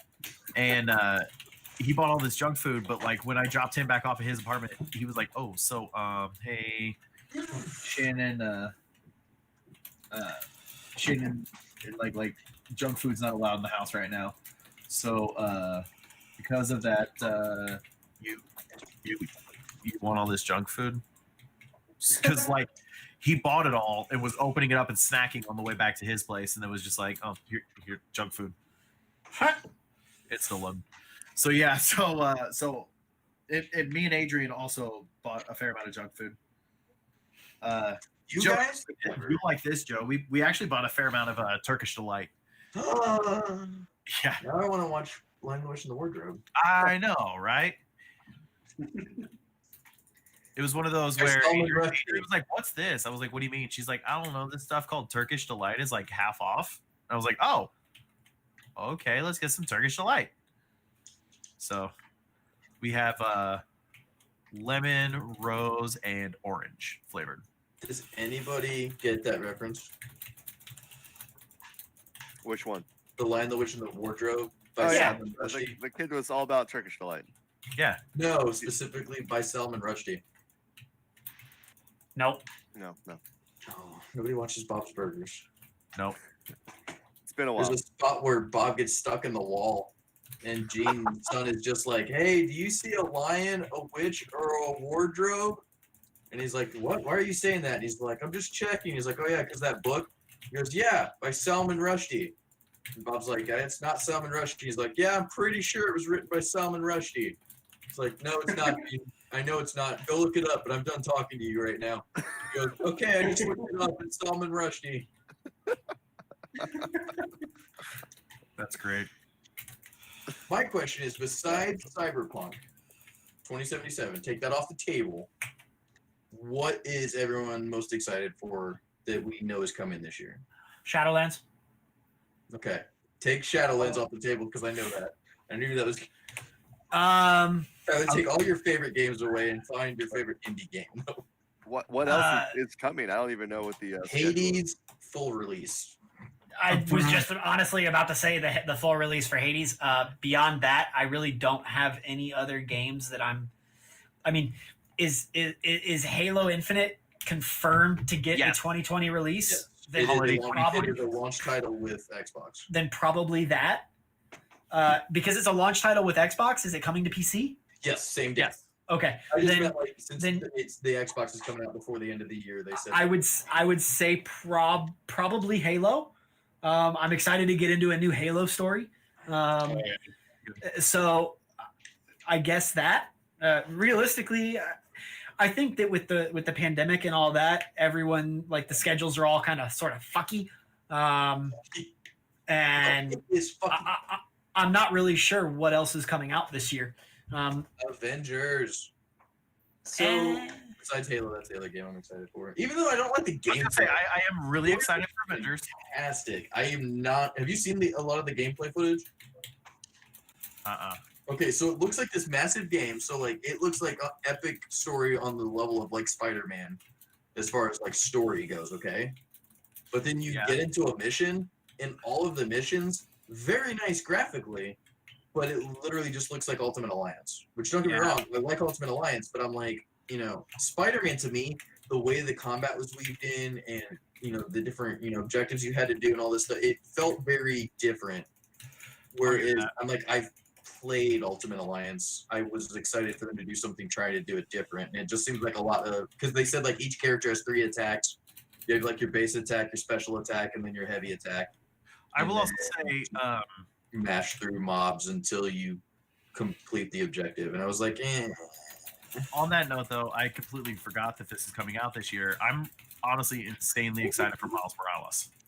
oh my god, I forgot that's coming out this year too. I forgot that that was a thing. Is that a Like, full I game forgot though? it's- Because isn't it just No. a DLC? No, it's a between- standalone expansion. Yeah. Oh, okay. So it's not So quite a new picture game, it like- not like- quite a, It's Beyond Light or Shadowkeep or Forsaken. yeah. But it's- but as a standalone game, so like you can buy it by itself. So this is kind of like more like but you have to buy it on PS5 is the downside. right. But it's like this is like the Ballad of Gay Tony or Gotcha. like Lost in the Damned, where it'll come out as its own separate expansion pack, or you can buy it as DLC for Like, or for Spider-Man. I mean, sorry, I because was. what it sounds like they're going to end up doing is bundling it with Spider-Man on PS5. You said you cannot join on me. I just know it looks fantastic, but my only thing is, and I'm curious to get your guys' opinion. I don't think I care. I'm curious to see what you guys say. Sway my opinion. That Spider-Man came out for PS4, was a huge game for PS4, and then a couple years later they're saying, okay, here's this new standalone expansion on top of Spider-Man 4 or Spider-Man. It's literally using all the same assets, same map, all of that. We just built a new story there, but it's exclusive to PS5. It's weird to me that they're like putting new DLC behind what I consider a paywall of buy the new console if you want to play the next expansion. Yeah, Yeah, I that don't is a know, little weird. It feels weird. But at the same time, I don't care because I will definitely be buying a PS5. So see that's my thing, and that's what depresses me is I've always gone Xbox, I'm but still going to end up having to get an Xbox first. I no, don't have don't get me wrong, I'm getting a Series X. I know why you. No, I know, but I'm saying I have to get it first. I know why you're not though. I can't get it first for me I know why. because like I'm going with a PlayStation 5 and then getting a Series X later, only because like All I the just Series X games are coming to PC day one. yes. That's why I won't be buying That's why I won't be buying a next gen Xbox. Yeah, I don't know. I love the fact that Microsoft is trying to be more inclusive and go through and say, okay, well, we need, we care about PC gamers. We want all of our games to come to PC as well, and we know that there's a market for that. And we want all of our games to come to Xbox One for the next few years as well. We're trying to include as many people as we can.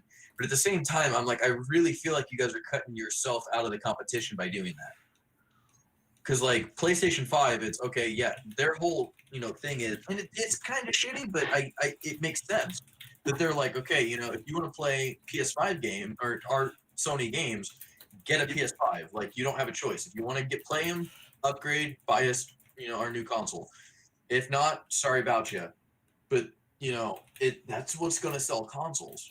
Is people are going to say, oh, I want to play, the new Horizon Zero Dawn. I want to play. Or not Horizon Zero Dawn, excuse me, Horizon Forbidden West. Forbidden West. Forbidden West. And Spider-Man and all these games, and they're gonna have to upgrade. Where Microsoft's just like, oh, we want to include everybody, which is so weird because last time around I felt like everyone was so pissed off about that. Was when Microsoft But was maybe basically everybody like, oh, being so sorry. pissed off about that last time is why they're doing it this way this time. Well, no, but what I'm saying is now it's flipped because now that Sony is doing the opposite, where Sony's saying, oh, if you don't like it, sorry, we have a perfectly good console. It's called PS4. Yeah. Everyone's just like, oh, I I'll love be right it. back, guys. I'm running to the bathroom. Everyone's just like, oh, it's so great that Sony's doing this, and it's just I don't know. The whole thing is just flipped in such a weird way. Hey, does the new Assassin's Creed come out this year? Yes. that's another Oh, one. Valhalla looks fucking amazing. Well, I don't know. I Yeah. should say it's currently supposed to. Has any gameplay been released, or is it just that Yeah. trailer? Yeah. So We're talking that about trailer was supposed to be the gameplay. So Okay. they were like, "Oh, we're showing off gameplay," and then that trailer came out. So supposedly, that trailer shows gameplay, even though not really. Which, by the way, I will say I do think that was kind of shitty. Not just the fact. So Microsoft is the one that got saddled with like, "Hey, this sucked because you guys promised us gameplay." Because they showed off, they said, you know, the gameplay reveal of Assassin's Creed Valhalla is going to be showed off on the Xbox Live, on the what is it, Inside Xbox. It's going to be shown for the first time, and then the problem was Ubisoft came through and said, "Oh, well, you know, we were going to do that, but then we didn't want to show off too much because we didn't think it'd be fair to, you know, show Put a it game on behind us. Xbox because it's also going to PlayStation." So we ended up just kind of doing a trailer with like 3 seconds of gameplay footage, and everyone got pissed off at Microsoft. And I was like, Ubisoft's the one that changed the deal on that. Yeah. Everyone's mad at Microsoft, and Microsoft literally came out. And they were like, "We didn't know until I changed the the thing." deal. Pray I do not alter it a second time. Like we literally were like, okay, we started the, you know, Inside Xbox, and then we saw it and we're like, oh, we thought this was going to be more. And everyone was like, ah, fuck Microsoft. But I think it looks fantastic. Visually, is, you know, it's stunning. I just hope the actual game looks as good as what the trailer is. Because how many times have we been lied to, especially by Ubisoft? Yeah. I mean, if they can expand on what they did in Odyssey, then I'm all for it. Oh yeah. I need to go back and play those. You guys were talking about that, CJ and Corey. Like combat mechanics was great. I think it was visually a great game. Well, Norse mythology. I feel like they're gonna ramp up combat. They gotta. It's gonna be more brutal for sure. Oh yeah. That's the one thing though that I liked is, and I know it's such a stupid thing, but one of the things I liked in the trailer that they showed was, you know, they talk about how brutal. You know, Yeah, the that player was Vikings going were. after you, and then I went through and shot him. No, that just threw me off, Nick. Shit, he got me. I didn't get you. I'm sitting right here. You're talking about how brutal they were Oh, yeah. talking about. Oh, sorry, we're playing Red Dead Redemption. We just got killed by somebody. Gotcha. No, but in the trailer, it literally is, you know, the king. I'm assuming it's the king of England, or is it Scotland? England. It's England. That's sitting there and he's writing about, you know, these men are so brutal, they're savage, they're just killing everybody in their sight. But while he's saying that, it's doing a flip side, showing the actual Vikings and, you know, showing how they, you know, how they are with their people and, you know, training and, you know, training soldiers. And at one point they run in and there's a woman with their 2 kids that are trying to escape the village and they're scared. And the Vikings literally are like, no, you guys come this way. We're not here for you. And like letting like the women and children leave to go and burn down the village. And it's just really interesting the way it's, you know, you're seeing like the propaganda from the king where he's like, oh no, they're all savages. And then it's all about what side of the story you're being told. That's Yeah, what and that, take. I agree with you. I really like that concept, and I really hope they they portray that. And I've seen other games portray that, but I really hope they stick the landing on it. Being I like, agree. I agree. it's 2 sides telling the same story, but it's different perspective. And I'm hoping that they'll actually, like I said, they capitalize on it, because that would be really cool to see. Because even in history is made by the winners. We don't really hear anything about the losers, but Right. it's always nice to see their perspective. Oh, hey, this is really what was going on during this whole thing. So I really hope Ubisoft really kind of shows that. I agree 100%. Nick, what are you excited for? I mean, outside of Miles Morales, Oh, I forgot you did say Miles Morales. Yeah, you forgot.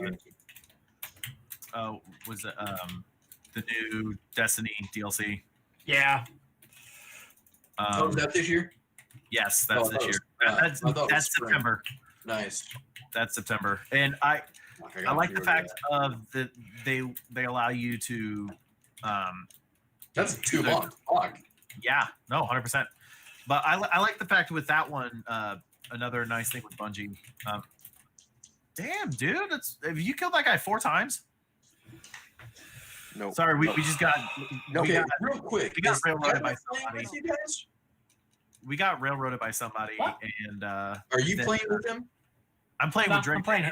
Okay. I'm playing Tyler Hades. was like this and got all excited right as Nick was like, "Damn, dude, did you get him?" Oh, Yeah, I'm playing Hades. Just happened to match up where I was like, "Oh shit." no, yeah, it was one of those where like we're going through, and there's a some guy jumped us, and he's just sitting here. He just killed the guy for the 5th time. Drake spawned back in, and he's just sitting here, and this guy keeps coming back over here, and we kill him, and back and forth. But anyway, everyone on the bottom of no, the screen answered except for Dreamcast. the one thing I also really like with Jesus Christ, he just killed him again.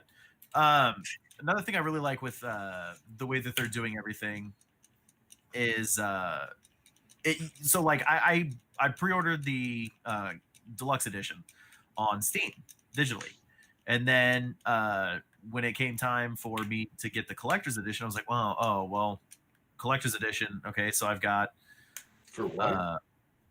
so they're doing a collector's edition for it. Okay. Well, it's like, well, so Oh, they did one for Shadowkeep. is there a way I can refund my Steam game, or Nope. like how do I like what goes on with it?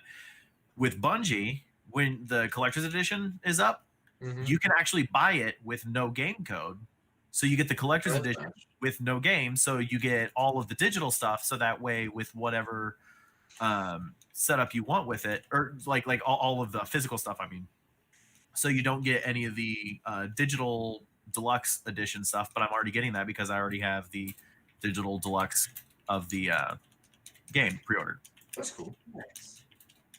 So it's cool that they allow you to buy it without a game code. That way you can Oh. still get the stuff without having to try to find some way to cancel and then go the other way. Or like with what World of Warcraft's doing, which is kind of cool too. Shadowlands, you can pre-order Shadowlands, get the digital version, and then you have it. Then when they announce the collector's edition, if you pre-order the collector's edition, get that. When you add the code for the collector's edition, it'll actually add your whatever version that you had previously pre-ordered and pre-purchased. It'll actually give you that as in-store credit. Oh, that's cool. Oh, neat. Yeah. So like, which in-store credit, that means, I mean, you can either turn it into game time, you can turn it into additional Yeah. amounts that you've been wanting to get in the store and that kind of stuff. So it's kind of nice because then it basically makes everything set up pretty well. Oh yeah, I knew that. Totally random thing I had to say, just thought of, and I've got to talk about it. So, the one thing that I feel like Pause for a second. Sorry, Joe, continue. you're fine, you're fine. I feel like the one thing that all new games are advertising and like the big selling points of is, you know, everyone talks about, oh, this big, you know, our game's a big open world map, and you know, we're trying to cut down on load times. There's no load screens. You know, you load in and then you just keep playing the game, and we're not going to stop that, you know, interrupt that experience. Holy fuck. I know it's a remaster, but I did buy SpongeBob Battle for Bikini Bottom. I never Oh my remember that. Oh my god. Every world that you're in is essentially like 12 mini maps that you have to like go through this little area. You get to here, then you have to hit the right bumper to enter the next area. And then you have like a 1.5-minute load screen to get into the next area. And I was like, when was this goddamn game made? Like, I understand it's a remaster of a game from 2003, but it was like full remake where it was rebuilt from the ground up. How is this the way that they went with to do this? It literally looks like it's just like the worst development I've ever seen for a game. Yeah. It is such a turn off on that game. Have you been playing it? Nah. weirdly enough, my friend he played the original a long time ago, so he Yeah. saw it, and he was telling me about it, and he pretty much told me the same exact thing. Dude. Like, and like it's supposed to be just a complete rebuild of that game, and he was telling me like it doesn't feel like it. It feels like they kind of went backwards. Yeah. And then the other thing is because of like it's really kind of a shitty way they did it kind of bad, and it makes it so like how am I trying to say this? You easily can get like hit and killed by enemies because like the timing is off, and like the way that you like try to jump between platforms is not fluid. So because of that, you just die over and over and over. It's like the Dark Souls of platforming, but not because it's trying to be hard. It just sucks.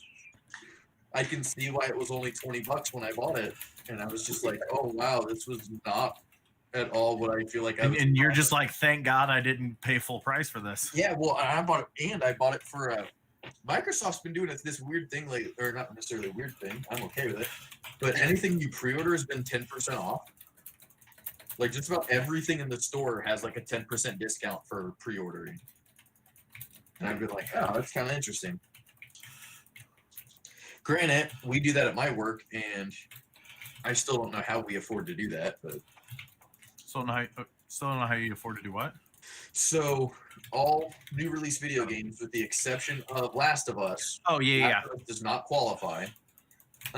Everything is $50. So a brand new release game is $50, not 60. Right. And then on top of that, employees still get our discount, which means effectively, by the time I end up buying a game, I'm getting it for about 25% off. Nice. Oh wow. Brand new list games, which sucks being somebody that does all digital except for my Switch.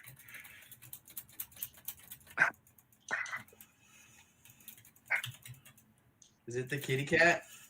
Yeah.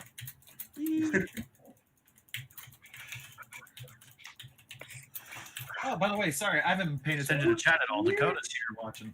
Kitty. Hello, Dakota. I just want to know if anybody's seen Ninjala for the Switch. Oh my God, he's adorable. I was gonna say Have you I seen have what? not heard of this. What is it? Ninjala? Oh my God, yes, yeah, no. Nintendo showed that off on their last Direct. Yeah. Correct me if I'm wrong, Dakota. I will let you correct me on this. I think it is a free-to-play game, but it literally looks like a mixture of like, so it's like Splatoon style team-based combat game, but everyone works to. Actually, more kind of like an Overwatch, I would say, but it's third person, and you pick a ninja. So there's like 10 different ninjas, and each ninja has their own abilities and power-ups and stuff. And it's like 5v5. Oh, wait, I did see that. Fight. Yeah. Because I watched It the looks- Direct, I just didn't remember it by name. Yeah, But yes, I have seen It that. literally looks like the same graphics as Splatoon, though. But it looks fantastic. Is it launched? I'm not sure. I'll look it up real quick. I don't know. Well, I was mean, I was It more- is free to play. He says, "Hey, hey Joe specifically." But yeah, he says it's really fun. So I'm assuming that means that. well, it could be in beta also. Oh no, it came out last week or the week before. Oh shit! There you go. Holy shit! Unveiled at E3 2018. I did not hear about this game until like 3 months ago, Yeah, I was gonna say I didn't hear about it and I watched E3 2018. until I the do not remember this game being shown. Indies conference thing. Yeah. By the way, it does sound like Microsoft is going to be unveiling all of their first-party games via a Direct on, I think this is the 24th is the current Yeah. release date. Okay. So that'll be exciting for anybody that's into Xbox. Should I have a 50-cent bounty? Not 50 cents. Oh my goodness. Well, I mean, 50-cent bounty in a game where, oh, you guys just sold off a whole shit ton of moonshine. Here's your $200. That's the only problem with that game, and I don't mean like I understand why. It's because it's for the time. Yeah. It makes sense that okay, here's all that moonshine, here's $200. But why is it that online all of the shit basically costs like modern day money? Not really. When they're like, oh hey, you need like 1,400 gold bars to buy this gun. Oh, 55 gold bars is like $100. Oh, I've not seen that. Not That's really. not when it launched, unless they've changed that. I've seen now, like both of the pistols that I'm rocking right now are were like 300 cash, like as in like $300 In-game. The in-game earned currency. But I mean, or you said you just buy it literally from, did like, an entire moonshine run and didn't even get $300. I'm just thinking back to that scene from A Million Ways to Die in the West, where it's just like, take her hat off, boy, that's $1. There you yeah. go. That's $1 bill, boy. $1 bill. I still just absolutely love it. Just because you brought that up, there's a scene where Giovanni Ribisi, Nick. Giovanni Ribisi. Anywho, Because my dad's not around apparently. yeah, he's not. He'd be shooting me if he heard me say that name. But no, Giovanni Ribisi walks up to the cabin and he knocks on the door, and Seth MacFarlane opens the door. He just looks at him and he goes, "What?" And Giovanni Ribisi goes, "Wow, you look like shit." And Seth MacFarlane goes, "Wow, there's that confidence boost I needed." Yeah. That's So a great. line. Or when the dad just has like the wettest, squishiest fart, and he's just like, "Ow, that came out my dick." Or I still have to say the best thing is when the one chick's like, "Oh, blah blah blah came back looking for you. He's Yeah, wanting. what's he want? Did he say what he want? Oh, he's wanting anal. He's wanting anal. We can get you that hat you wanted, honey." Wait, so you two never had sex? No, we're waiting for marriage because we're both Christians and all. She literally has sex for money with hundreds of men a week. Yeah. Yeah. Fuck. Yeah, I didn't remember it being this far out. Do you guys see what that is right out there? That's our town mayor. Right now, the highest ranked official in this city for the last 3 days has been a dead man. Oh, and no, this is to prove my point. He's being dragged away by wolves. Bye, mayor. Bye. Enjoy being wolf shit. That went downhill so fast. That went south so fast. I don't get it. How do they make the ice? How do they We were get the ice such, to be such so? an amazing, like, entertaining film. How do they get the ice to be so big? Well, you see what they do is they cut it off into large sheets, and then the way they ship it, it's still cool. Oh shit! The trees. I might have to go watch that movie now. I may too. It's so stupid, but it's so funny. The best part of that movie is when Christopher Lloyd showed up, hands down. Absolutely best cameo. That was the greatest thing about that film. I mean, Jamie Foxx was cool and all that, but no, Christopher Lloyd. Oh shit! I forgot Jamie Foxx shows up at the end. Oh, People dude, that's the best cameo. That's so badass. Where he just shoots the guys like people die at the fair.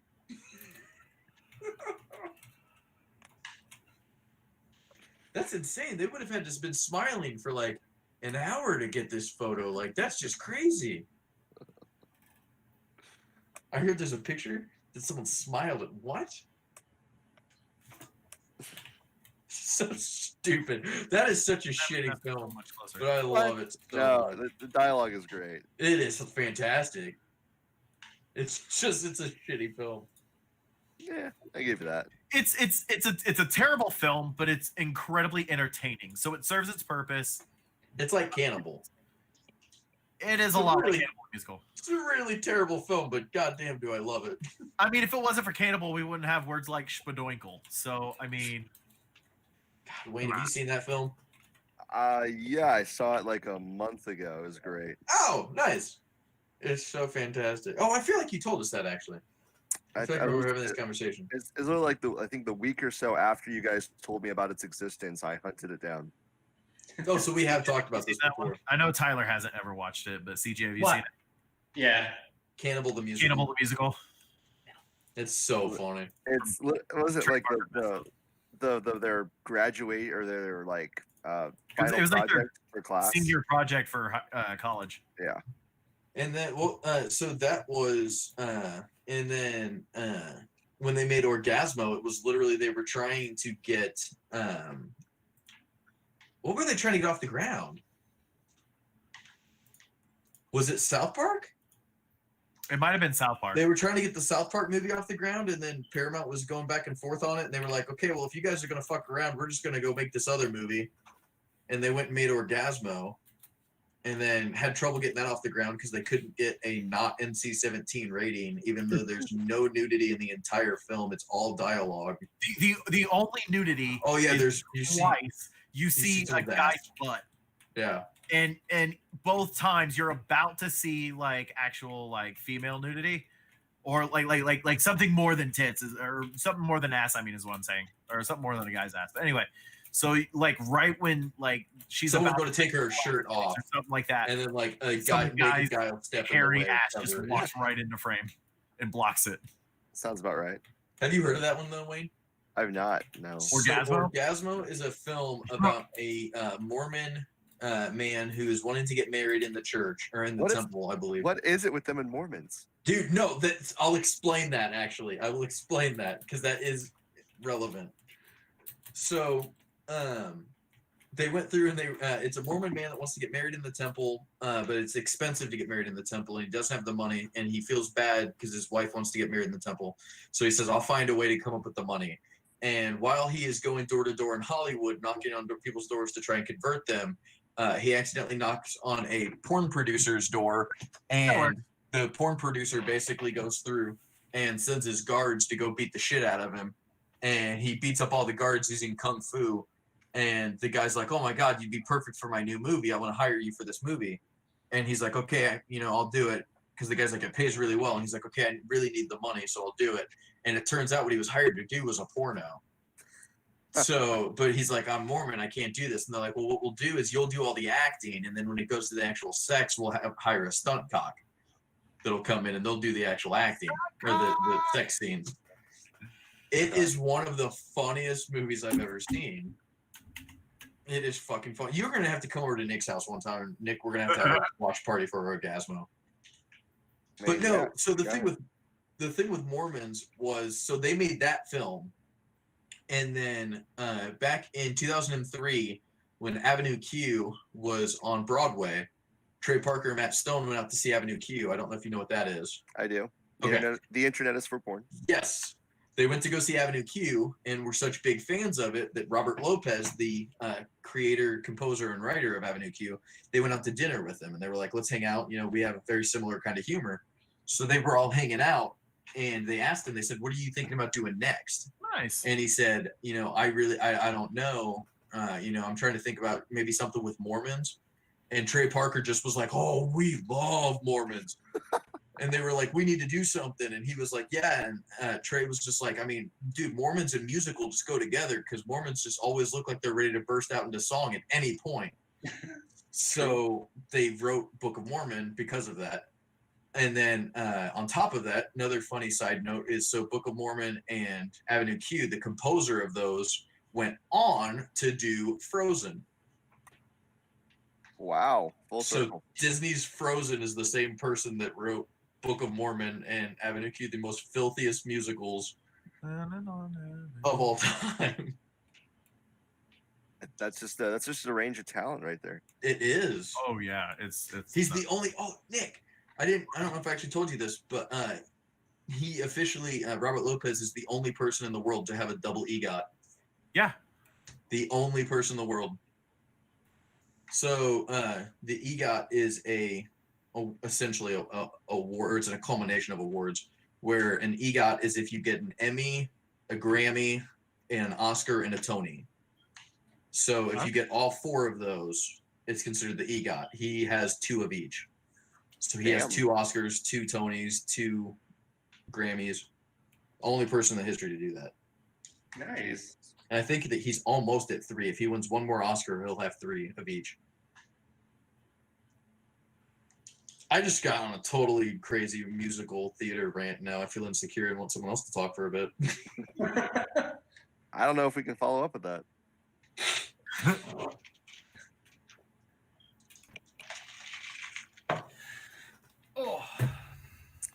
Oh, Nick, what time we at? Oh, yes. I was gonna say, Tyler, I downloaded that 3D Rin that you told me to do, and do you want me to email that to you? Mhm.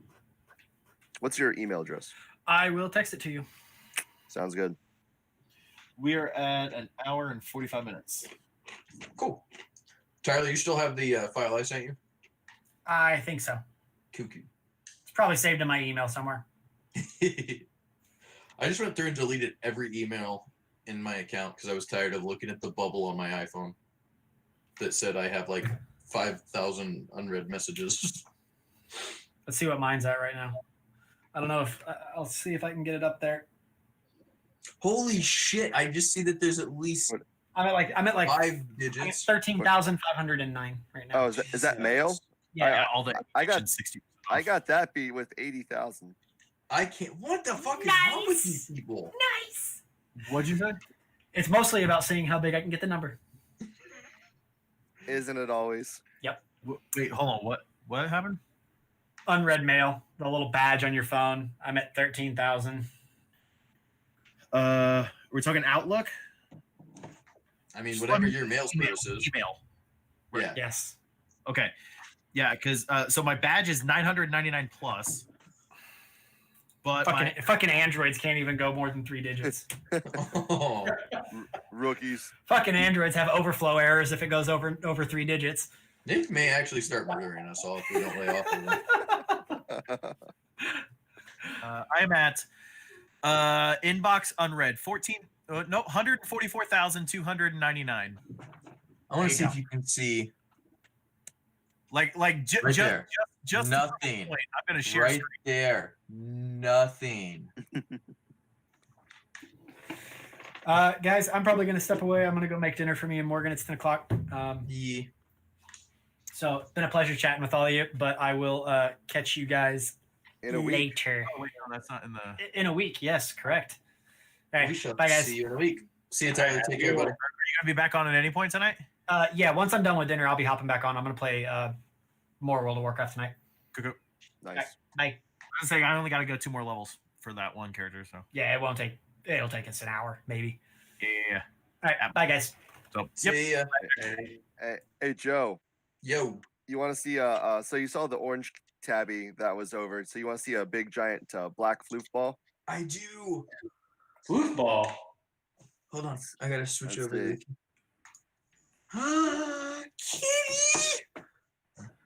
Yeah. He's so cute. His name's Cash, Oh.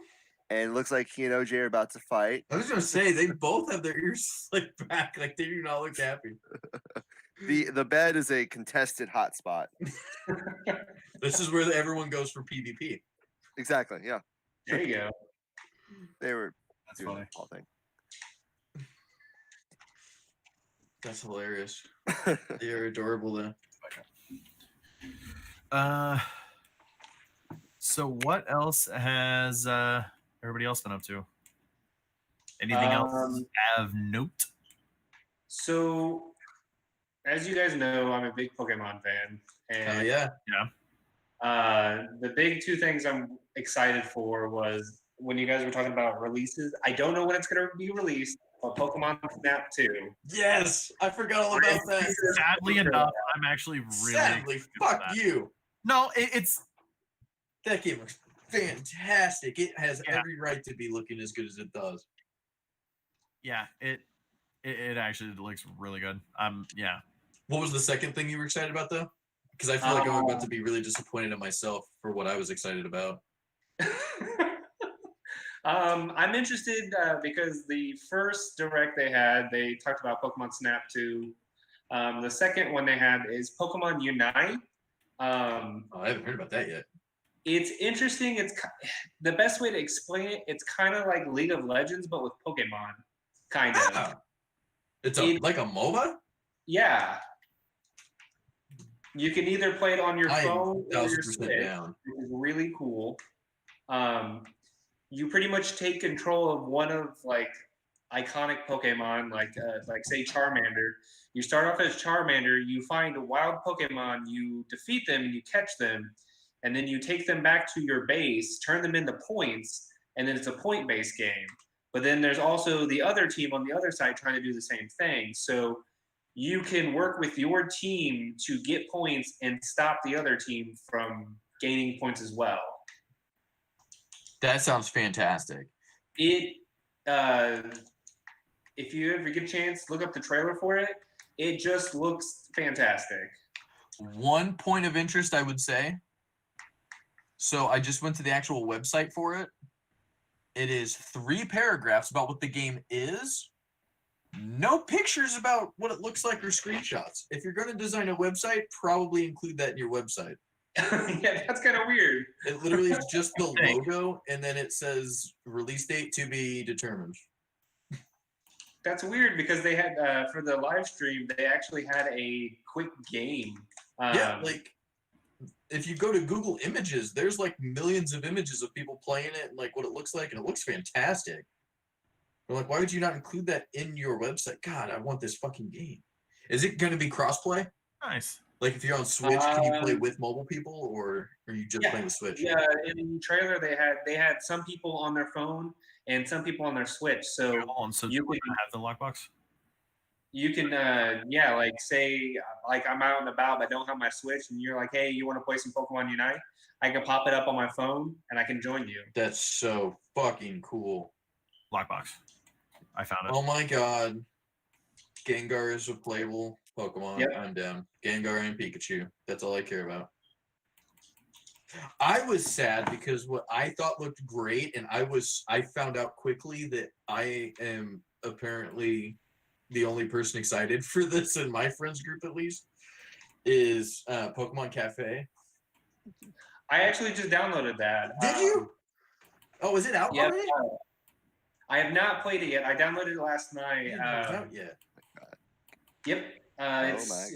think it released right after the direct, so it's ready to play. I've got it on my Switch. I'll probably actually play some later tonight. Oh, it's on Switch? Yep. Oh, I'm just gonna download it on Switch then. I was gonna download it on my phone, but fuck that. Hey, Nick, was it you who brought up the new Rime of the Frost Maiden for Beetle and Grimm? Yes. Well, I Is mean, I think me and Joe both brought it up, but Do we still want to like do that? Like, what's the I am 100% down for that. All right, do we want to make moves on that soon? Because I understand there's like limited number of those. To my understanding, I don't believe it's gone up for pre-order quite yet. Oh, to it's not even my out. Oh, okay, cool. whether we do it or not, Tyler's buying it. So we Oh. basically like, I think he's buying it. We all just can chip in money to him. Got it. Okay.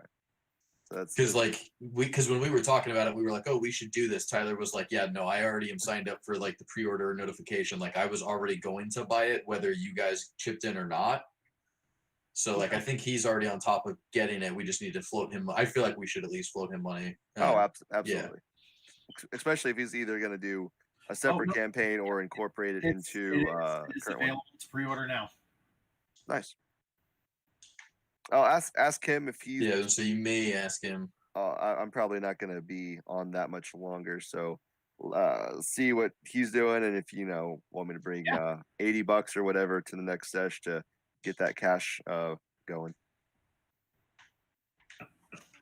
Yeah, because that sounds fantastic. Absolutely. I mean, the more I read into it, the Oh more my exciting God. it. The fucking rideable whales. I am so excited for that. First off, it's a sperm whale, so the jokes are already going to write themselves. Oh yeah. Okay, How so much is it? conversation so I can ask some questions To Drake, but hey Drake, so wagon capacity is at 50. I've got a delivery amount of 45, but there's no it doesn't look like it's moving materials wise. I hate to ask. So should I But just at this point, should we like? go with 45 Cut or do you this. wait till 50? Because I feel like any audience watching is not gonna want to just hear half of a video game conversation that they can't see footage of. I'm good to go. If you guys are.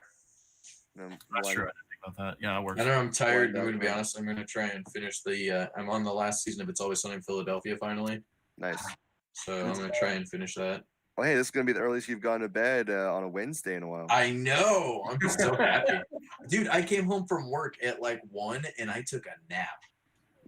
Greatest thing in the world. I slept until like 7 and then I get to go to bed early again on top of that nap. I am so happy. Yeah, that's another thing is Adrian's trying to get used to sleeping, like going to bed at a decent time now that she's like heading back to the JW. Yeah. So like now that she's going back to work, she's trying to get to bed at a decent time, and we didn't end up getting in bed till probably midnight last night. Jeez. Midnight, 1 o'clock. So I was literally already asleep for about 4 hours by the time you got in bed last night. Jeez, you old man. So you, Dude, I have to be up at 6 every day. I mean, if we go and face him, God. that's fine. But like, isn't he just going to respawn again? Whereas if he comes to us, it'll give us more. Yeah, and I didn't realize it was so late. I probably need to jump off here. I got a campaign I got to work on. Cool. Well, hey, you take care, okay, guys? Godspeed. All right, take it easy. See you guys. I'm still going to be on Discord with Drake. So if anybody wants to jump on Discord. Hey Nick, real quick. If you see Tyler tonight, I don't know if you guys mentioned what we what I talked to you about. Oh shit. Yes, if we want to end this podcast and you jump over to Discord, I can discuss what we discussed. Let's do it. Okay, 'Cause I I don't don't wanna- jump in over there as well because I want to hear this. That's fine. Go for it. All right. Good night, guys. Later. Hold 1 second, Drake, if you can. See you guys. All right. So see you guys. This has been the podcast. We will be back not next week because next week's D&D, but then the week after. So yeah. So till next time. See you guys later. Bye.